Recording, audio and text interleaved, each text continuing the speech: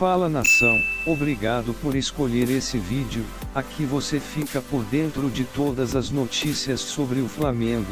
Antes de ir pro vídeo, deixa sua curtida e se inscreva para apoiar o canal e para que possa me motivar ainda mais em trazer conteúdos sobre o mais querido. Então bora pro vídeo. Vem melhorando, vem ganhando sequência e a qualidade individual ajuda bastante, joga do lado de grandes jogadores. Então, creio eu que aos poucos a gente vai se ajudando dentro de campo. Essa é uma pressão gostosa, hein? Jogar no Flamengo, jogar na seleção. Bater recorde no Flamengo, bater recorde na seleção, 7 vitórias seguidas. Essa pressão é muito boa. Espero que eu tenha mais vezes com o professor me convocando. Eu cresci com o Brasil e a Argentina sendo um jogo diferente.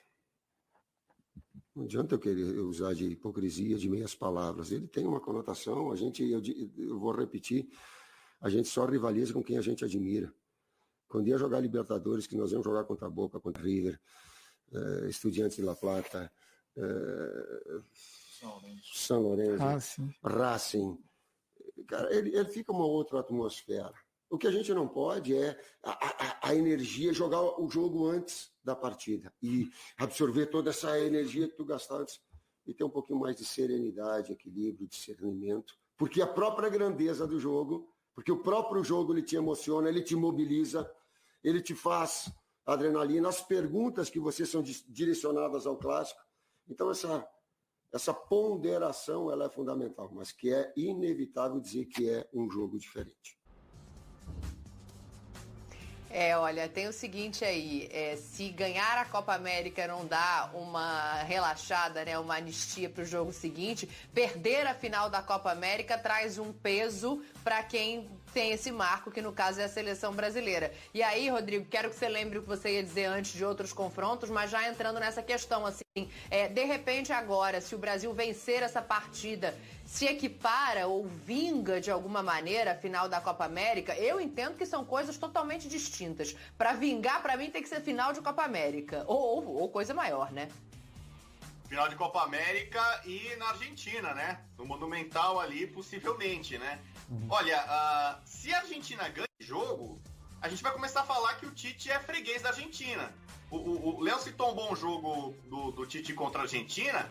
O Tite tem 5 derrotas, apenas à frente da seleção. 3 para a Argentina, 2 em amistosos e essa final da Copa América que é histórica. Nunca o Brasil tinha perdido, né, uma Copa América em casa. O Tite entrou para a história. Ele ganhou uma em que ele passou pela Argentina na semifinal com a ajuda da arbitragem. É aquele jogo famoso do Messi reclamando muito com razão, né? Então, o Tite ganhou uma Copa América em casa, em que ele empatou com a Venezuela, empatou com o Paraguai, passou nos pênaltis, passou na semifinal com a ajuda da arbitragem contra a Argentina e foi ganhar contra o Peru, ok. A segunda em casa, ele teve essa chance de ser bicampeão em casa e perdeu para a Argentina, que não é a 8ª maravilha do mundo, né?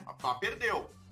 Então agora, você imagina se ele perde a primeira partida de eliminatórias em casa da história da seleção para a Argentina. Ele vai ficar com fama de freguês e vai de perder jogos importantes, jogos decisivos. E a gente já citou aqui, o Léo falou, né, a questão que é um pouco especial essa da pandemia, a não liberação de alguns jogadores. A Argentina vem um pouco mais inteira, um pouco mais confiante. Então acho que é uma boa chance da Argentina quebrar mais esse tabu. E o Scaloni ganhar ainda mais confiança, né? A gente lembra o que era o Tite no começo na seleção e o Scaloni.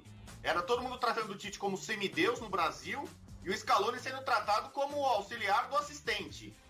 E hoje a coisa já diminuiu. Já vê o Scaloni ali meio grandão já nessa parada.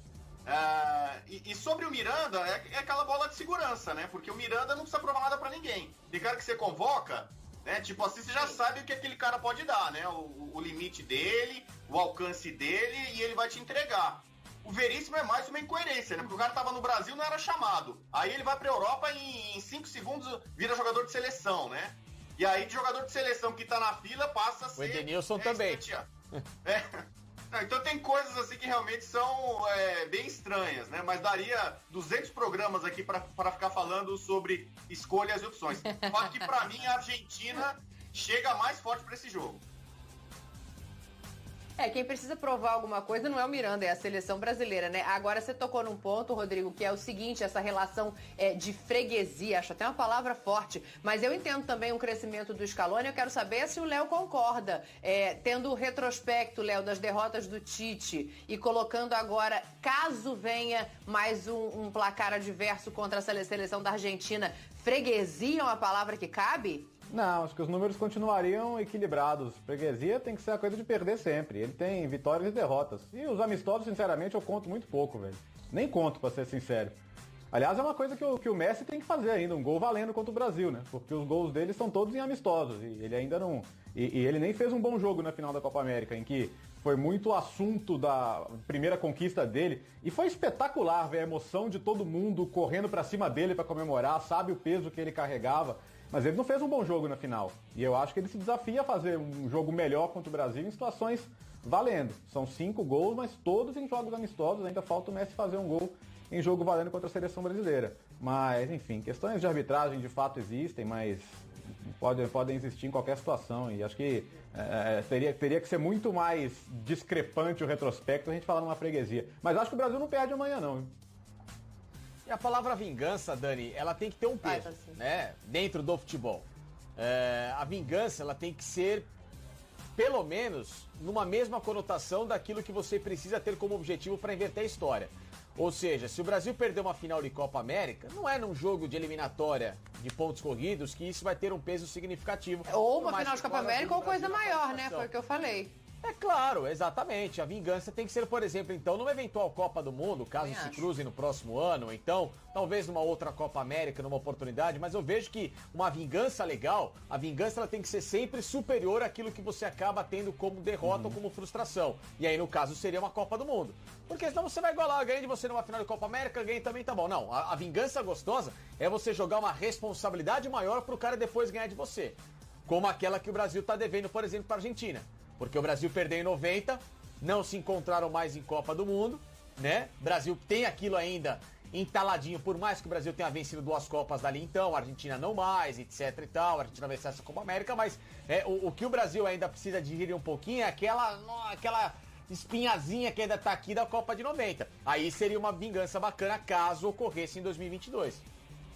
Aí eu fico com uma questão assim, o Léo colocou que acha que o Brasil não vai perder amanhã, né? Eu fico pensando em como vai ser essa partida, porque o Brasil contra o Chile, a gente viu uma seleção desarrumada, os jogadores fora da posição em que rendem mais, pelo menos ultimamente, né? O Tite, numa entrevista agora recente, falou que o Gabigol jogava daquela maneira pelo Santos, mas peraí, mas hoje, passado todo esse tempo, uma ida e uma volta da Europa, ele se estabelece no Flamengo de uma outra maneira. Só para pegar um exemplo, a gente viu o meio-campo ali, mesmo quando o Gerson entra, faz algum barulho, muda um pouco, mas não é um meio-campo arrumado, Léo. E em compensação, a minha impressão do jogo da Argentina com a Venezuela foi de uma Argentina que começa a se arrumar no sentido de criação de jogada, de jogadores mais próximos ali entre eles em campo. E aí eu fico perguntando assim, tudo bem, você viu uma vitória do Brasil.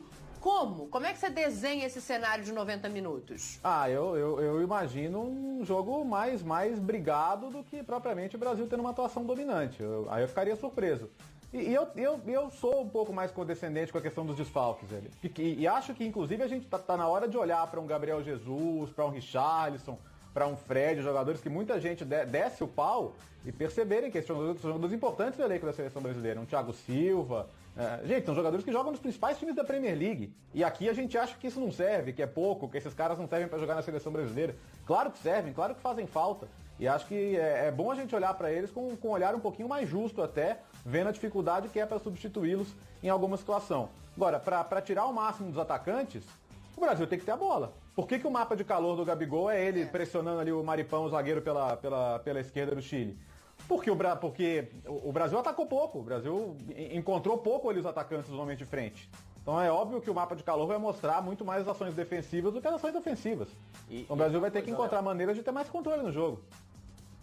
E a Argentina tem 2 laterais que são um convite para um time que sabe jogar agudo. Sim. Porque tanto Molina como a Cunha são caras extremamente agressivos, ou seja, eles vão muito buscar essa linha de fundo para trabalhar com que a Argentina se projete ao adversário.